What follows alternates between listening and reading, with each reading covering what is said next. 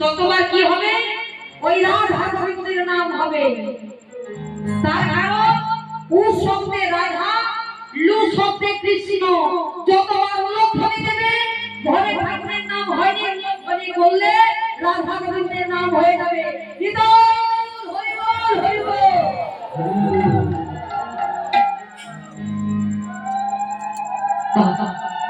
ষোলো হাজারে আটের অনেকে বাড়ি আজ ঐশ্বর্য ভাবে বিভাবিত হয়ে দ্বারকাই মহারাজা হয়ে বসে আছেন,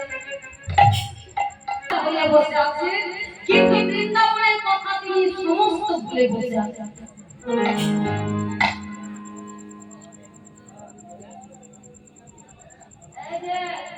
বিভাবিত হয়ে দ্বারকাই মহারাজা হয়ে বসে আছেন। ও মা, শুধু শুধু তো বসে এক বছরে না, কত বছর গোবিন্দ আমার বৃন্দাবনের কথা, মাতা পিতা সখা সখী শ্রীমতী রাধারানী সমস্ত কথা ভুলে বসে আছে। শুধু ভুলে বসে আছে, তার ভুল হওয়ার কিছু কারণ আছে। তার কারণ কথাটা বলবো। একদিন লক্ষ্মী এবং নারায়ণ গোলকে আসনে বসেছিল, গো মন দিয়ে শুনছে। ভুল হওয়ার কারণটা, লক্ষ্মী এবং নারায়ণ গোলকে আসনে বসে আছেন, নারায়ণের রাস বাসনা থেকে গেল তার মনে। লক্ষ্মীকে বলছে, লক্ষ্মী তাড়াতাড়ি করে তুমি সাজগোজ করে এসো, আমি তোমাকে নিয়ে আমার মনোবিলাস পূর্ণ করব। যেই না আমার নারায়ণ এই কথা বলেছে, লক্ষ্মী এখন তাড়াতাড়ি করে সাজগোজ করবার জন্য তাড়াতাড়ি উঠে চলে গেছে। তা মেয়ে ছেলে তো সাজ বুঝতেই পারছে, এটা করবো না, একটা করে খুলছে, একটা করে পড়ছে, একটা করে সাজ করছে, কোনটা ভালো লাগবে। আজ নারায়ণ বলেছে আমার সঙ্গে মনোবিলাস পূর্ণ করবে, যেটা ভালো লাগছে সেটা করছে, যেটা ভালো লাগছে সেটা খুলে ফেলেছে। এইভাবে সাজগোজ করতে করতে লক্ষ্মী হয়ে গেল বিলম্ব। যখন লক্ষ্মীর বিলম্ব হয়ে গেল, নারায়ণ কিন্তু থাকতে পারলেন না। সে কি করেছেন, নিজের অঙ্গ থেকে একটা প্রকৃতিকে সৃজন করলেন লক্ষ্মীর বিলম্ব দেখে। তার কারণ সে মনোবিলাস পূর্ণ করবে, অনেক দেরি হয়ে যাচ্ছে। কি করেছে না, নিজের অঙ্গ থেকে একটা প্রতিমাকে সৃষ্টি করে, যার নাম হলো বিরজা। আজ বিরজাকে লইয়ে হরি আমার ক্রিয়াতে মগ্ন হয়ে রয়েছে। যেই না মনোবিলাসে মগ্ন হয়ে আছে, এদিকে লক্ষ্মী সাজগোজ করে চলে আসছে, গোবিন্দ দাঁড়ে দাঁড়িয়ে লিখে দিয়েছে। লক্ষ্মী সাজগোজ করে এসে প্রথম দাঁড়িয়ে আটকা পড়ে গেল। যেই না দাঁড়িয়ে আটকা পড়ে গেল, দাঁড়িয়ে ডাক দিয়ে বলছে, রে ও দাঁড়িয়ে দাঁড় ছাড়ো। আরে না না না, আমি দাঁড় ছাড়তে পারবো না।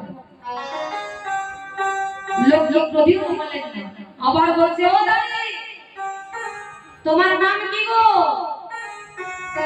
দাঁড়িয়ে বলছে, আমার নাম হলো সীতা।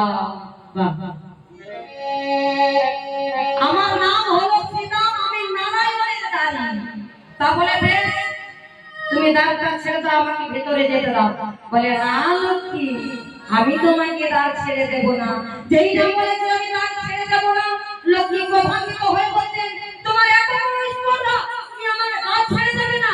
তবে তুমি সরে যাও, আমি তোমাকে অভিশাপ করলাম। কি অভিশাপ করলাম জানো? তবে শোনো, কি অভিশাপ করলাম শোনো। ওগো তুমি ধামে যাবে, ওই অসুরে বলে জগমলনে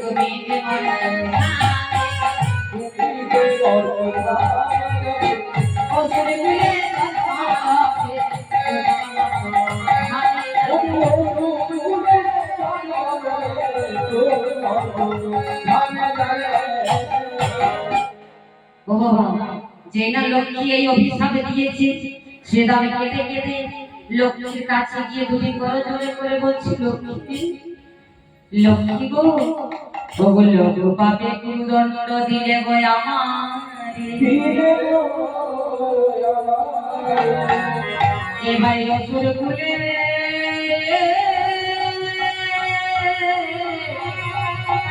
এবারে অসুর কুলে জন্ম নিতে হবে গো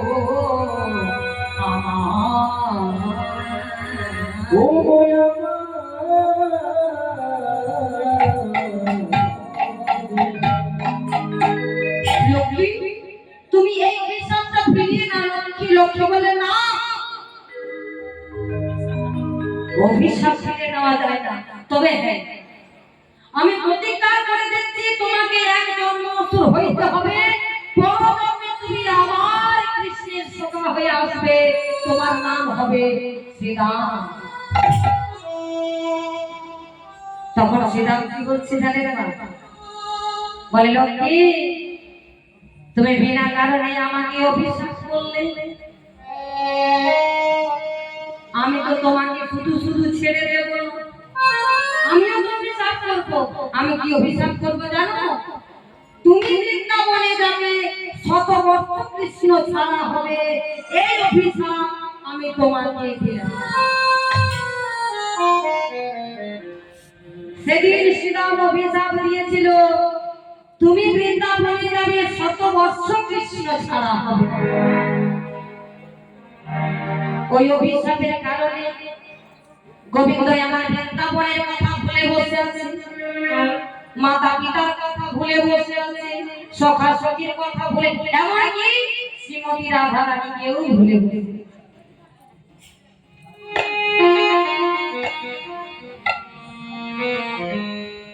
কিন্তু মা গো আজ 100 বছর পরে আজ বৃন্দাবনের কথাটি মনে পড়েছে।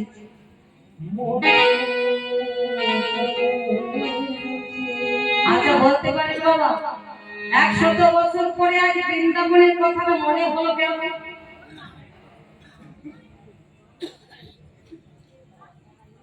বলে মা গো,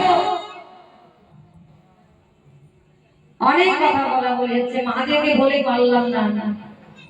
বেশ ভালো হয়েছে, আপনারা গল্প করুন, আমি ঘুমিয়ে যাব। আপনারা বুঝবেন না বুঝবেন, ঘন্টা হবে আবার, আমি গান করব, টাকা নেব, চলে যাব। আমার কর্তব্য আপনাদেরকে দুটো কৃষ্ণ কথা, গৌর কথা শোনাবার জন্য। আমি শোনাবো, আপনারা শুনবেন না সেটা জানি না, আমি কিন্তু শোনাতে এসেছি, আপনারা শুনবেন না, বলেন আমি টাকা পয়সা তোমার বাড়ি চলে যাব।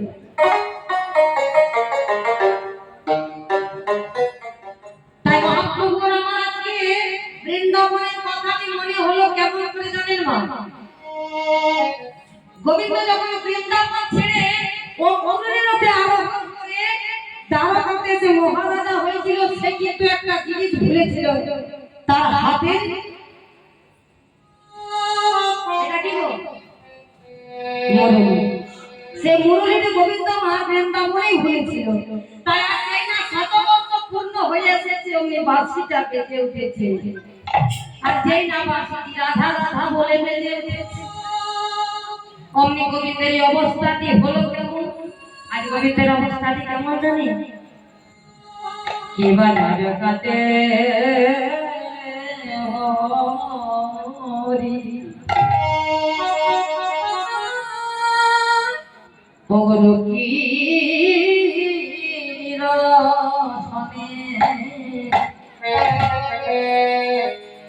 বসিয়া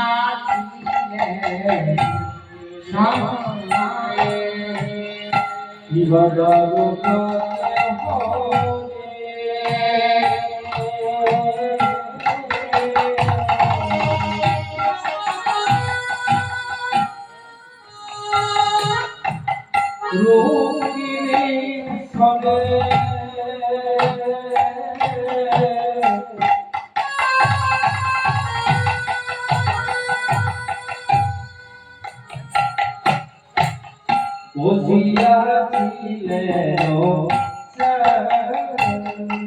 ছিলেন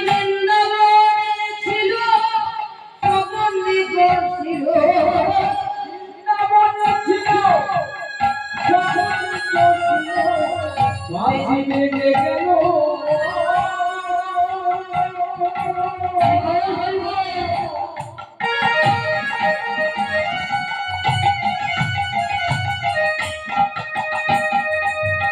বাঁশি বেজে গেল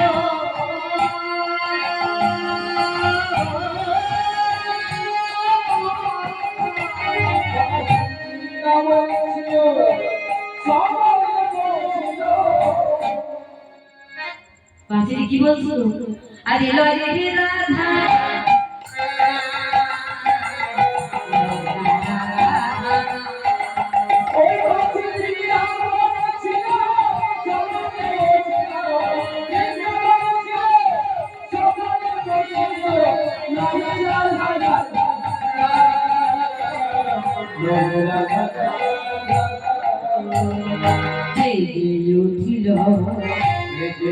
উঠিল রাধা রাধা বলে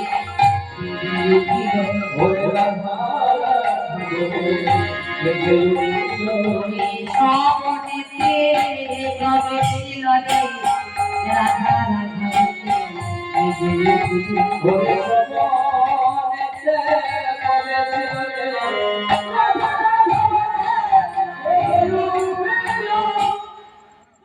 যে না রাধা নামের বংশীধ্বনি হয়েছে রাধা রাধা বলে যে না বাঁশি বেজেছে অমনি গোবিন্দ আমার অচৈতন্য হয়ে মাটির মধ্যে পড়ে গেল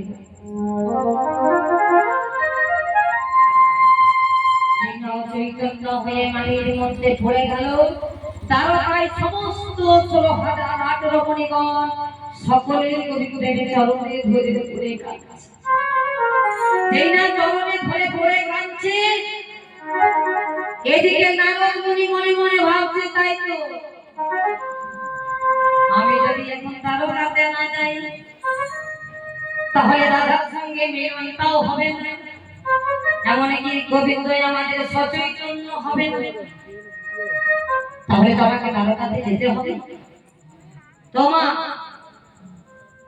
গোবিন্দ যে অচৈতন্য হয়ে পড়ে আছে নারদ মুনি চলে আসছেন তারকাতে আচ্ছা বলতে পারেন বাবা আমি আপনাদেরকে বলছি নারদ মুনি কি শুধু শুধু আছে গো ও বাবা বলি আপনাকে আমি বলছি নারদ মুনি যে গোবিন্দের কাছে চলে আসছে তা কি শুধু শুধু আসছে না কিছু বলতে বলতে আসছে ও মায়েরা আপনারা বলেন বাবারা তো কিছুই বলতে পারছে না দূরে বসে আছে তো হ্যাঁ গো নারদ মুনি কি শুধু শুধু আসছে বাবা এইভাবে যদি আপনারা আমার প্রশ্নের উত্তর দিয়ে যাবে তাহলে আমার কাম করতে কতটা ভালো তা নারদ মুনি বলছেন কয়েকজন মা আমার বলছে শুধু শুধু আসেনি নারায়ণ নারায়ণ বলতে বলতে চলে আসছে তাহলে মায়া আপনারা আমার সঙ্গে নারায়ণ নারায়ণ বলবেন না বেশ তাহলে আমার সঙ্গে একবার বিনয় টান দিতে দিতে গান গাইতে গাইতে তারপরে নারদ মুনি আমার চলে আসেন সবাই মিলে গান করবে কেমন হবে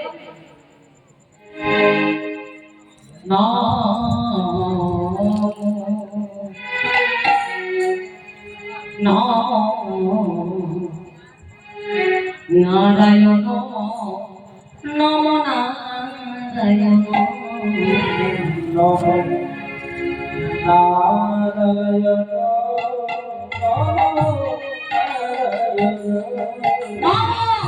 নারায়ণ নম নারায়ণ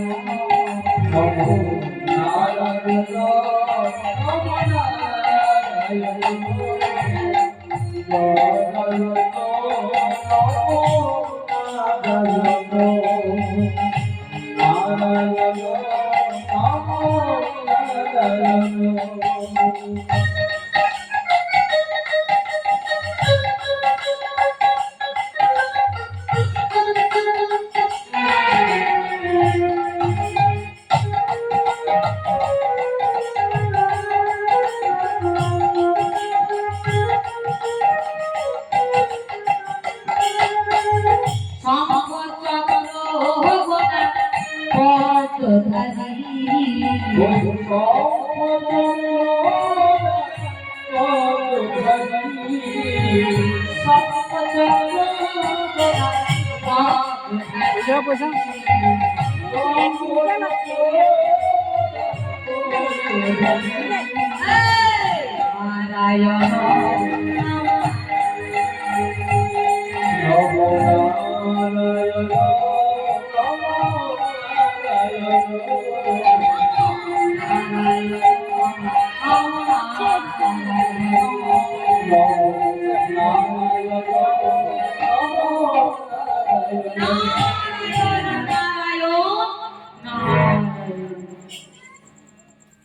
সেই না দ্বারকায় এসে উপস্থিত হয়েছে।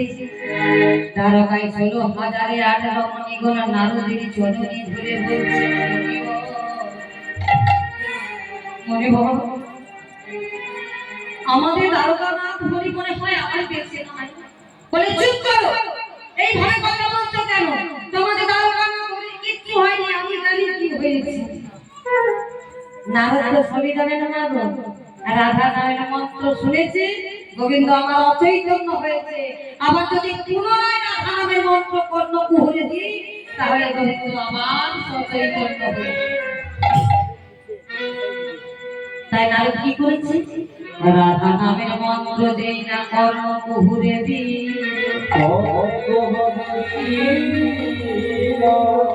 রাধা রাধা রাধা রাধা বলে কৃষ্ণ উঠিয়া বসিল। কৃষ্ণ উঠিয়া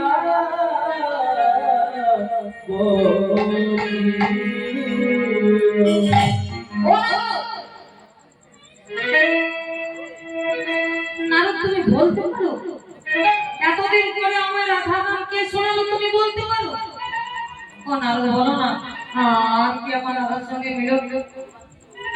সেজন্যই এসেছি আমি। কি আর শুধু শুধু এখানে এসেছি? এখানে আমি খেতে আসিনি গো, আমি তোমাদের দুজনের মিলনের ব্যবস্থা করে এসেছি। বলে তো আমি তো মিলনটা তো করিয়ে দেবো বেশ, কিন্তু আমি তোমাকে যে বলবো সে কথাটাই তোমাকে শুনতে হবে। পারবে? তাহলে বলবো। বলে গোবিন্দ, এই জগতের লোকে তোমায় সবাই কি বলে ডাকে জানো? কি বলে ডাকে? তোমাকে সবাই দানপতি বলে ডাকে। কিন্তু গোবিন্দ, আমি তোমায় দানপতি বলে ডাকি। কি বললে? আরে ভাই বলো দেখি, তুমি কি বললে? বলে তোমায় আমি দানপতি বলে ডাকবো না। কি বলে ডাকবো জানো? ওই যে দানপতি বলবো না, হে দানপতি বলবো না, হে দানপতি বলবো না, হে দানপতি বলবো না, হে দানপতি